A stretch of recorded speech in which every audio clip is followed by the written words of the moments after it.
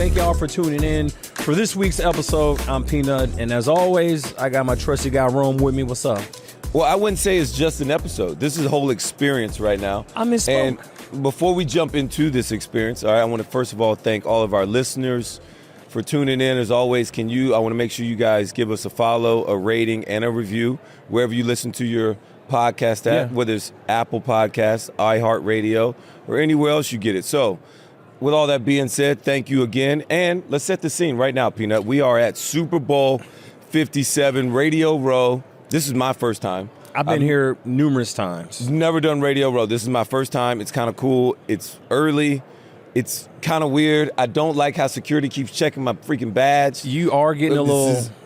It gets me a little chapped. Yeah. I'm a little chapped about this, all right? But we're going to get over it, and we're going to move on. So Kansas City versus Philadelphia.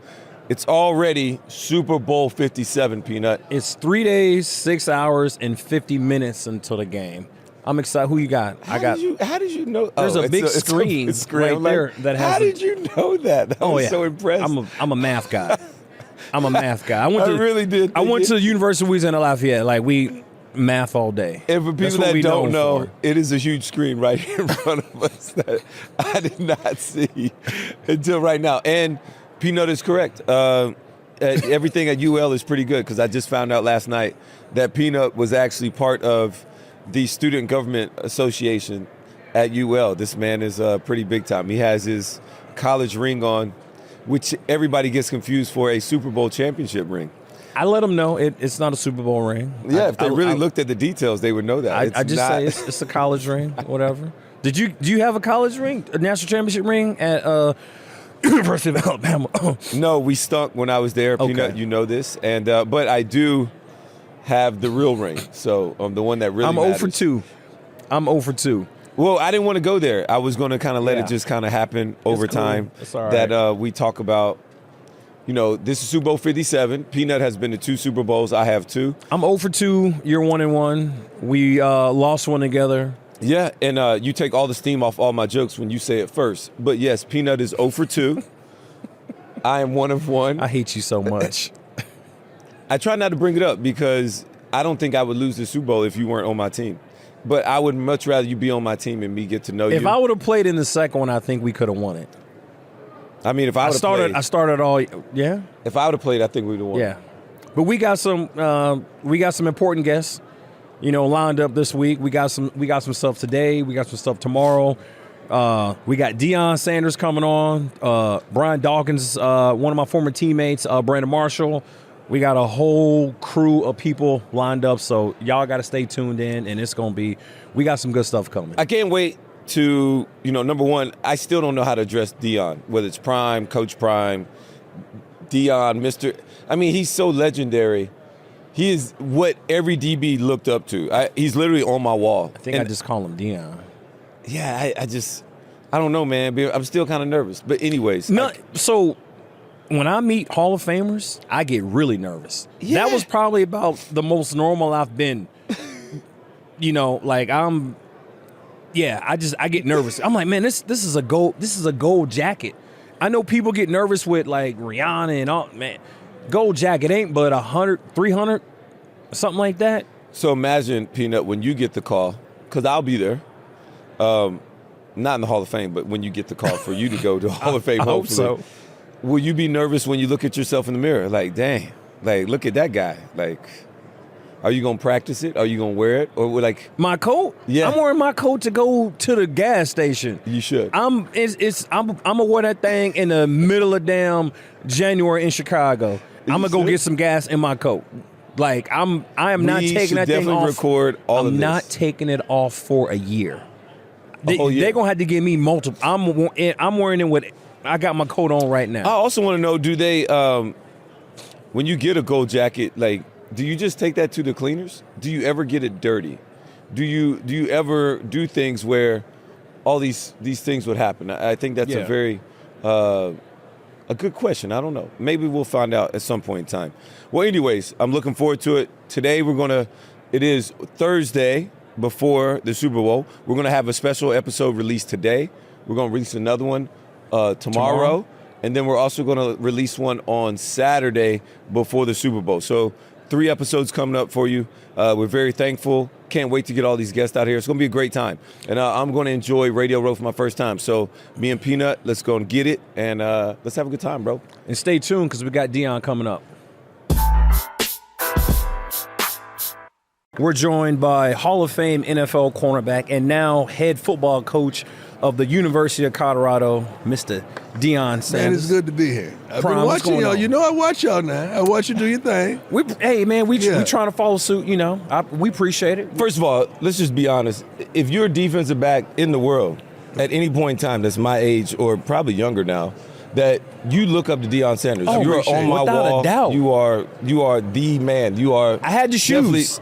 The Hall of Fame. I had the shoes. I got had them in my the closet. shoes. I got I had them. them. And we I got try the to bring them back right now. Yeah, Boy. I got the red and white I'm ones gonna buy when you another had them pair. in San Francisco. I Yes. thought that was the best color combo out of all of them. I like that. Some really hot ones. And I didn't do the strap either. I would not strap them You would in. not strap them up. I would not. You was But- lame if you strapped it.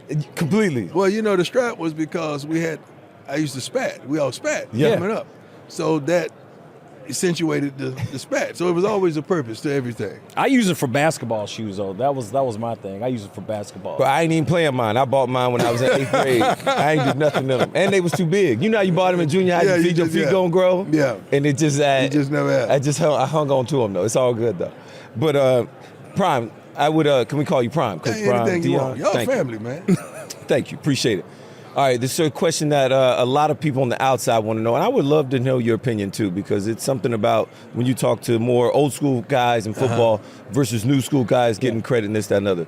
Who are your top 5 defensive players of all Man, time? I'm not getting In into that. order. I'm not getting into that. Because somebody's going to be sensitive. Because when I said they get sensitive, that's why I've never ranked DBs. Yeah. I Okay. never rank.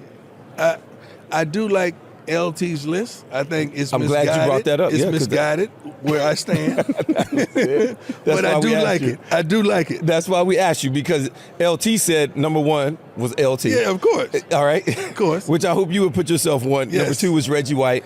Yes. 3, Deacon Jones. Then he had 4, Deion Sanders. And then 5, Ronnie Lott. Lott. So at least you were the first defensive back. Yeah, I like that. Shoot. It's, man, just thinking about these type of players, it's some guys that really change. First of all, you can't get on the list unless you really change the game. Change the game. You got to change the game. Mel Blount, for us, Yeah. come on, man. Mel Blount. He was a dog. He changed the game. He was a dog. They changed the rules because of Mel Blount, his physicality. Man, shoot, that's who y'all were. You Yeah. know, y'all were Mel Blounts.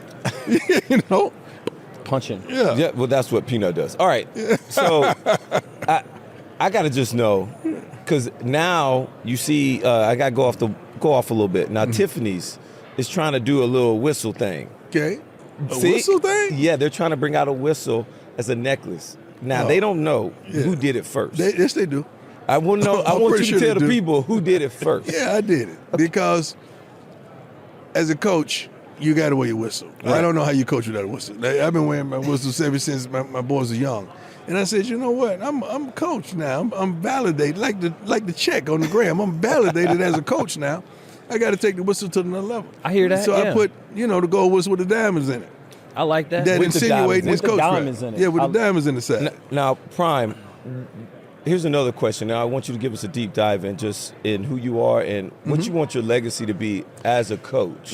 As a All coach, right, I'm glad yes. you said that. Is it getting guys through the league? Is it getting guys paid? Is it graduating all your players? Like, what exactly do you I'm want defined when you're differently, going, man. If I win a national championship, I'm sorry. Win. When I win a There you national go. championship, I caught that. and we don't graduate 97% of our kids that I win.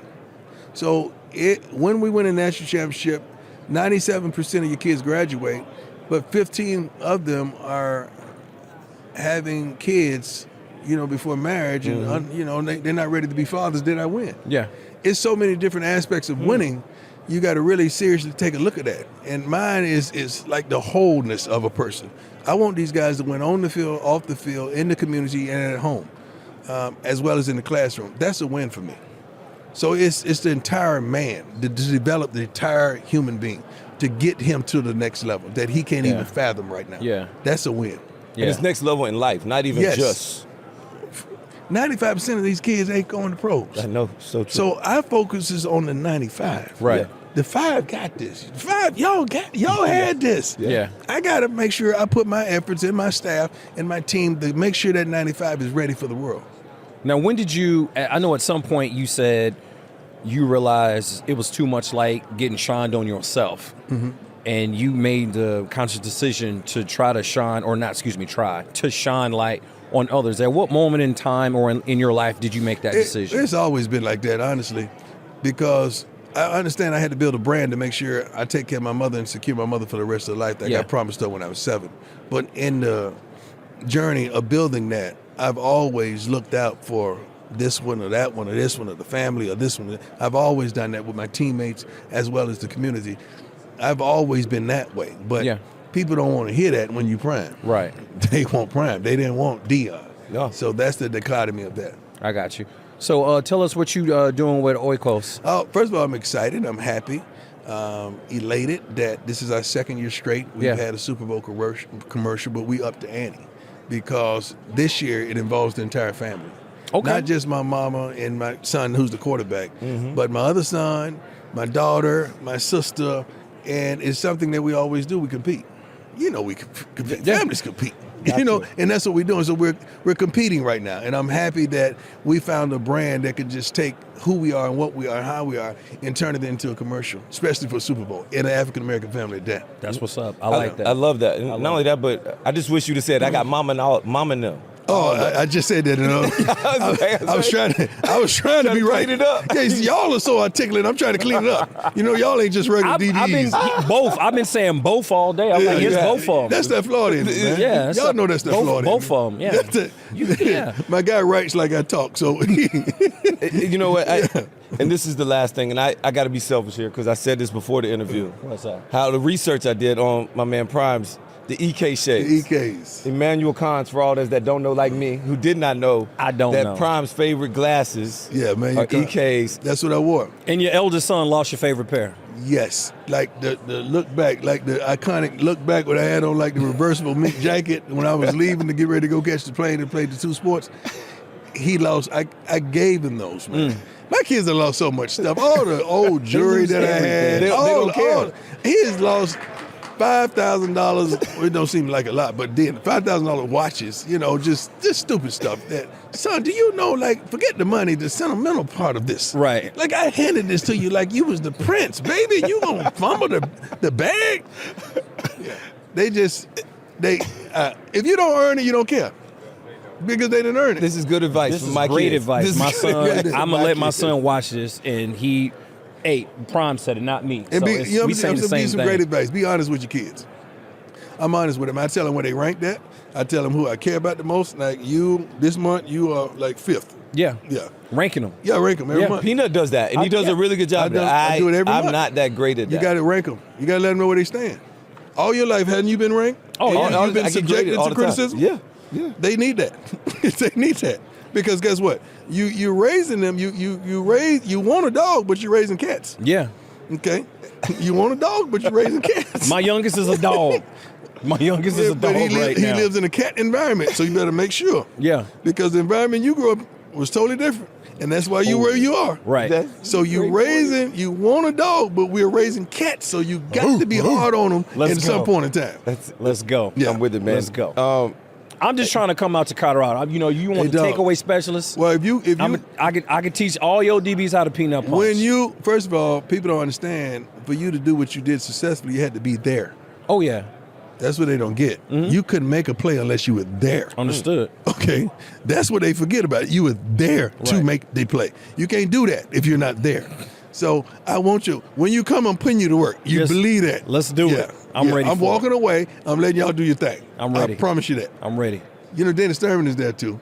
Oh, Coach Thurman? Yeah, DT was my DC at Jackson. Okay. So he's an analyst as well. So I had to take care of my dog. That's awesome. Yeah, he's there too. So we got a plethora of guys that from the old school that can do that thing. I really enjoy that, everything that you've done. Not only bless the young men who you're coaching, but also the coaching staff. and just continue to shine light, I'm man. trying to, Whenever man. It's beautiful. It reminds me of, and I would never compare my younger daughter to you, but one thing I always tell her, and I would tell you, is that when you shine, it literally allows so many others to shine That's as right. well. That's so right. continue to let your light be great. Continue to appreciate shine it. bright. Well, I y'all appreciate keep you, on Deion. shining too, because No. we need that as Yeah. well. Because when we doing our thing and some bull junk happens, which bull junk happens about 4 times a year, each quarter. Yeah. And we need folks to have our back because y'all know what time it is. Because y'all done been there and done that, and I appreciate y'all for keeping it 100. No, Yeah, man, yeah. thank you. Thank you for joining us, coming on man. the pod. Appreciate it, Appreciate Prime. you, Thank boss. you, God man. bless Thank you y'all, so man. much. Looking clean. I'm trying to be like y'all when I grow up, Custom, man. baby. It's No, custom. no. See, these DBs are changing the game. See, Custom. they used to think we could articulate ourselves, but now look at us. We everywhere. We everywhere. Everywhere. Thank you. Thanks for Enjoy. coming on. Appreciate no you. problem, boss. We got to pay some bills, but before we go, we are honoring Black History Month trailblazers, past and present. And here's NFL legend Max Strong honoring Heisman Trophy winner Ernie Davis. In 1961, Ernie Davis was the first African-American Heisman Trophy winner. As we continue to celebrate Black History Month across the league, we share the accomplishments of the past and the present. Davis, a high school All-American, followed in Jim Brown's footsteps in starring at Syracuse University. Wearing Brown's number 44 jersey, Davis put together a dominant senior year, which garnered him Heisman recognition and a personal congratulations from President John F. Kennedy. He was drafted number 1 overall by Washington in 1962 before joining his hero, Jim Brown, in Cleveland via trade. Unfortunately, before Davis could play in an NFL game, he developed leukemia, an illness that would end his life tragically at the young age of 23. His number 45 jersey is still retired to this day.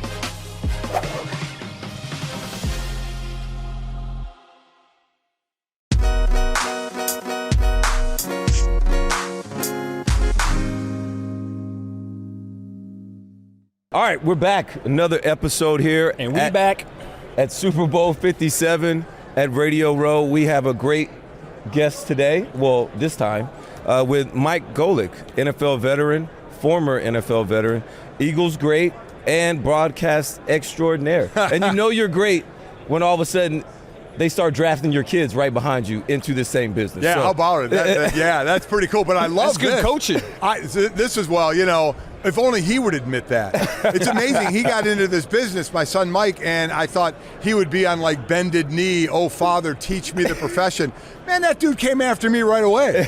I mean, just disagreeing with everything I was saying. I'm like, dude, come on. So do you give him some advice? Now Like, I give him kinda- bad advice the way he's coming after me. No, I definitely do. But I give him some, but he's really learned along the way. You know, it was one of those where I was a 10th rounder, again, back when there were 12 rounds. I was going to say. Exactly. I know When there was 12 rounds. Yeah, there were. And even before that, there were 17 rounds. Yeah, that's how old I am. So what you were drafted what year? 85. Okay, I was 85. I was 83. 10th rounder. Mike was an undrafted free agent, so we came from the, boy, you got to bust your hump. You gotta grind. to get a job and stuff. So you just basically carry that over. We just carry that over into this, and tried to make it. 85 was a good year for the Bears. A good year to get drafted. Yeah, it was. Did you play him that year? No, we did not. William Perry was in my draft. The first pick my year was Bruce Smith. He was the number 1 pick. He was number 1. I was number 255. So there was a little difference. Okay. The only thing we had in common was 2 things. We played the same position and we were drafted the same year. Other than that, our careers went different paths. So was it 80? I think it was 88 Fog Bowl. Fog Bowl was in Eagles. that. Yes. Eagles, Bears. Yeah. Couldn't see maybe 10, 15 yards. During that game, because they didn't want to postpone it. Yeah. I remember being on the field and the ref was standing in the 50-yard line and he was talking in his microphone to the upstairs, and he said, "Yes, I can see both goalposts from here." I looked at him, I said, "What the hell are you looking at? Dude, I can't see 15 yards that Right. way." There'd be a play to the outside and the person would disappear. But they didn't want to postpone it, so whoever was going to be ahead in that game by the time it rolled in was going to win. Because that was a divisional game, right? Yes. Yeah. yes. So And what's your fondest memory of that game?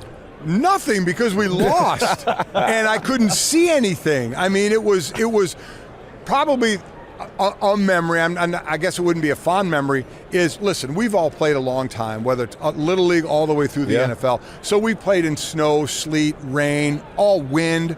I have never seen anything like that. When we all saw the fog rolling in off the lake, first we thought it was fireworks and smoke from that. Right, yeah. But then it just kept coming in, and all of a sudden we were engulfed. It was something none of us on either team had ever seen So before. did anybody throw the ball? Randall, Yes. he threw for 400 yards. Yes, short passes. Okay. Because they tried a couple longer passes, and I kid you not, you're rushing, and then they throw the ball, and you look, and you just see the ball disappear, and you literally don't know.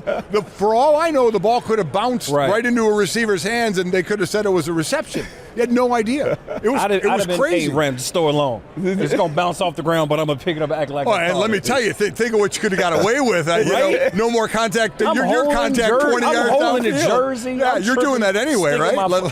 Yeah. Well, you got to nowadays with the way the rules are, man. That's true. Well, you want any kind of edge you can get as a defense, you try and take it. You guys are at the worst position at all is secondary guys now. It's horrible. D-line is now considering what you have to do with the quarterback. Yeah, I mean, if it is could you have played today? Oh, Yeah, that's the question I wanted to come at you. It was, what is your opinion on if you had to play in today's era? So I was raised, my dad played football in the Canadian Football League. He's a former Marine, big, strong, tough dude. And the way they taught football back then was when you tackle somebody, you run through them and you land on them and try and plant them. Yeah. That was legal. People might hear that and go, oh my God, but that was what you did. Yeah. We had a guy, Clyde Simmons, who would come off the edge, and we call it the tuck, suck, and drop. Yeah. He would tuck the quarterback's arm in, suck him up, and drop him right on. That's how you separate a shoulder. He separated 3 1 year. That's how you do Again, it sounds horrible to say. That's the technique. But you were allowed time. to do it. Yeah. Now, I think it's so unfair, for DBs to have to pull off the way they do, and for D linemen. When you're tackling a guy, what the hell are you supposed to do? I'm supposed to twist in midair so I don't land on him? We were talking about it's that earlier. horrible. I understand the safety part of it, but I think they're breaking too many eggs to make this omelet at times. For sure. So you've been successful with TV, radio, pod, play-by-play. Like, what's been ultimately your favorite platform that you've been doing? Well, it's interesting. I'll answer it this way first. People always say, do you want to be remembered more as a football player or broadcaster? I said, are you kidding me? I said, I've never woken up from a dream and said, oh my God, what a great segment that was. It was always, man, what a great hit I had in that quarterback, so right? But as far as broadcasting, I love doing a daily live show, especially in the morning, because people are on their way to work. I like to make them laugh a little bit, maybe take them inside the locker room or on the field. But in all honesty, I would say doing color commentary for games. Really? Because now you're at the game, you're still kind of involved in the game, you're still involved with the players. So for this one, like I do the call for Westwood One, the national radio partner for the NFL. So I'll be on the call for this game, for the Super Bowl. So Nice. it's a lot of fun. I love being involved like that. I think I saw one of your first TV gigs back, I want to say, when you first retired, and I think you hosted like a bloopers. I did. Show? Yes, I did. I used to watch that. I hosted that. Then I was playing with the Eagles. Yeah. Were you still playing and hosting? I was playing and hosting. I would Okay. do a lot of that in the off season. Okay. We'd get a lot of shows in the camp. One year we did 10 shows in Hawaii. I'm like, hell, sign me up for this every year. But yeah, that was a lot of fun. That's kind of what got me going. And I did a piece when I was in Philly. The quarterbacks get the shows. Yes, they do. So I had a piece on the Randall Cunningham show, and it. So right you time, right were pla- just a segment on his show. I was a segment on his show. Right time, right place. It won a local Emmy, and that's when ESPN called and said, hey, we know you're still playing. In the offseason, you want to do some stuff with us. And then when I was retired by the league, when nobody called anymore, luckily ESPN called at that point. Yeah, I definitely know that when you don't want to retire, but you don't get that call, you're waiting for it. That's why he said they retired me. Yeah. Well, that's what I said. I feel they yeah, retired. Well, yeah, retired me people too. ask me, what year did you retire? I said, well, the league retired me in 94. Yeah, I totally hate that. So you got a family podcast, right? Yes. Sorry in advance, which we like to apologize to the people before they listen For to actually it. listening. Yes, it's my wife who got this thing going. It's my wife, myself, my son Mike, my son Jake, his wife Jenny, and my daughter Sydney. And her husband, Ben Broniker, he played at Harvard. He played 5 years with the Bears, a tight end, and now he's in med school. Real underachiever. Yeah, dude's really smart. But we have this, and we just kind of go. It's not even sports. Right. I mean, and that's when we find out that, like, my daughter-in-law and my daughter say some really dumb stuff. and we laugh at them and laugh with them. It's just, plus it's a great time every couple of weeks just to kind of get us all together. Well, Mike, you told me earlier a story about it was that you learned that your daughter-in-law about rotating tires, right? So my daughter-in-law thought rotating tires meant you take it to the garage, you put it up on the jacks, and you just spin the tires. And we were like, what was going to happen to the tires? I don't know. You just keep spinning them till they're even. I'm like, I don't know the thought process of that. But she was, and quite honestly, obviously nowadays you throw it out to Twitter. There were a lot of people that agreed. They were like, yeah, that's what I thought it was too. I'm like, oh my God. Okay. It's like, wow. I said, could you imagine? Yeah, just put it up on the jack, spin the tires. All right, that'll be $100. We're ready to go. That'd be ready. Your wife must be batting 1,000 right now because it was her idea to come up with this podcast. And then I saw a recent video. You did an interview. It was her who picked for Mike and Mike. I know you tried out like 13 or 14 hosts. Yep. And then when he was on the show, he wasn't in rotation. Right. And then she was like, he's geeky, but I like him. Pick him. That was exactly it. I had, after Tony Bruno left, my original partner, there were 13 people they brought in. Yeah. Between October and December of '99. Greeny was a fill-in. He was doing ESPN News, and they were like, okay, one of the actual candidates can't make it in. Can you fill in? And I would talk to my wife after the first segment of every person, and she would give me an update or what she thought. And with Greeny, quote was, sounds kind of geeky, but he's the one. And sure enough. But like, what made him the one? Was it? You know what? I think it was the fact that he grew up a fan and a writer. I grew up a player. Okay. We were truly the odd couple. Yeah. And so that's how we related to one another. And it just kind of worked. The chemistry was just, it's one of those things you just, right. It was just kind of there, and it just kind of developed even more over the years. So talk a little bit about Huddle Up, Let's Talk Obesity. Yeah, so huddleupobesity.org is the website to go to. And listen, you guys know, you've seen teammates, especially from our side of it. Like when I finished playing, I was about 290, but a playing shape 290. 2 years later, I'm 320. Damn. And I mean an ugly 320 where I walked out of the shower one day and said, oh my God, I need to do something. And so what I did is it was my wife and my family who helped. So that's the biggest message I have, not only for former ball players who go the wrong way, but everybody in general out there who are living that life, because a lot of people want to just hide it and they're embarrassed by it, so they won't seek help. Right. And especially men, they won't do a yearly check. Luckily, we have a physical every year. Yeah. Guys won't go see doctors because we lived a life of the doctor asking you, okay, I'm fine, I'm playing.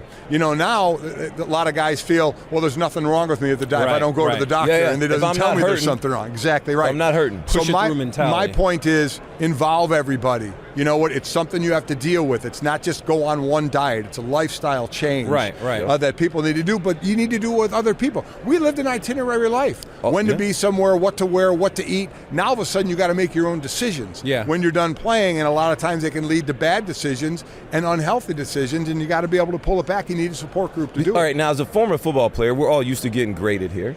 How would your wife grade you and your whole journey through this obesity challenge and lifestyle challenge? Now, it obviously started out as an F when I went the wrong way, but God love her. I mean, she got me into the 290s and into the 260s. I was also diagnosed with type 2 diabetes when I was in the 90s, when I was about 42.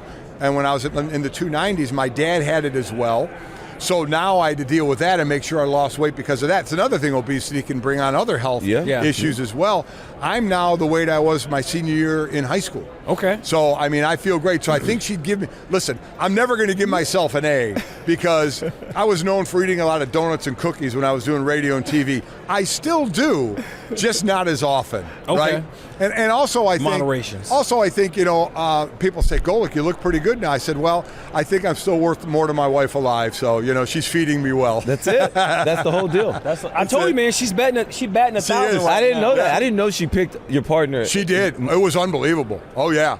Yeah, like I said, that was her exact quote. Sounds kind of geeky, but he's the one. And sure enough, 17, 18 years later, it worked out okay. So one of the questions we always ask some of the guests that we have on the show, your Rushmore, Mount Rushmore, your personal Mount Rushmore, who would you have? 4 people. That influenced your life. It doesn't have to be fully sports related. So I was. And you get 4 because not everybody knows. I was never one of those that had a sports idol. Okay. My father was always my hero, always, so my dad would be on there. And then in all honesty, 2 other guys from my high school. I mean, those are really such formative years. Yeah. The head coach there, God rest his soul, Bill Gutbrod, was my coach in Cleveland, Ohio at St. Joe's High. Just laid a great foundation. And another coach who was a football coach, but also my wrestling coach. Me and my brother Bob wrestled in college and at Notre Dame. John Story was his name, was an incredible developer of the whole person. Yeah. And people always ask me when I go out and do talks, who's your idols or whatever, and I mention these guys. They don't know who they are, but these are the ones that influenced me. Oh, yeah. So those are the 3, and I would imagine I have to put my mom up there. If it's not my mom, it's my wife, because my wife is truly the backbone of our family, without question. They always are. So yeah, it's not really anybody else crazy outside of kind of who helped mold me, as a young kid. Yeah. Mike, that's a great list, man. That's dope. Well, thanks for coming on podcast. We appreciate you. I know Rome appreciate you. I know you're busy. My pleasure. I love what you guys are doing, though, man. How you guys digging this world? It's really fun. Me and Peanut get to talk a lot more. Right. And he usually just cracks jokes on me the whole time. I let him do I call him my darker Barbara Walters. So I'm trying to, I'm more like laid back, chill, but I let him take the whole thing. But I'm more laid back, chill. It's kind of fun not doing sports all the time, though. It is. I enjoy that. Yeah, talk about who in your life knows how to rotate tires. Because people think you just know sports, and it's nice to get to know the other side of you, the person outside of the locker room. Well-rounded. Yes, people we is are. what we are. We are not just robotic athletes. Don't put us in a box. Thank you. Thanks. Mike, we appreciate it, you, Mike. Thank you, man. Thank you very much. All right.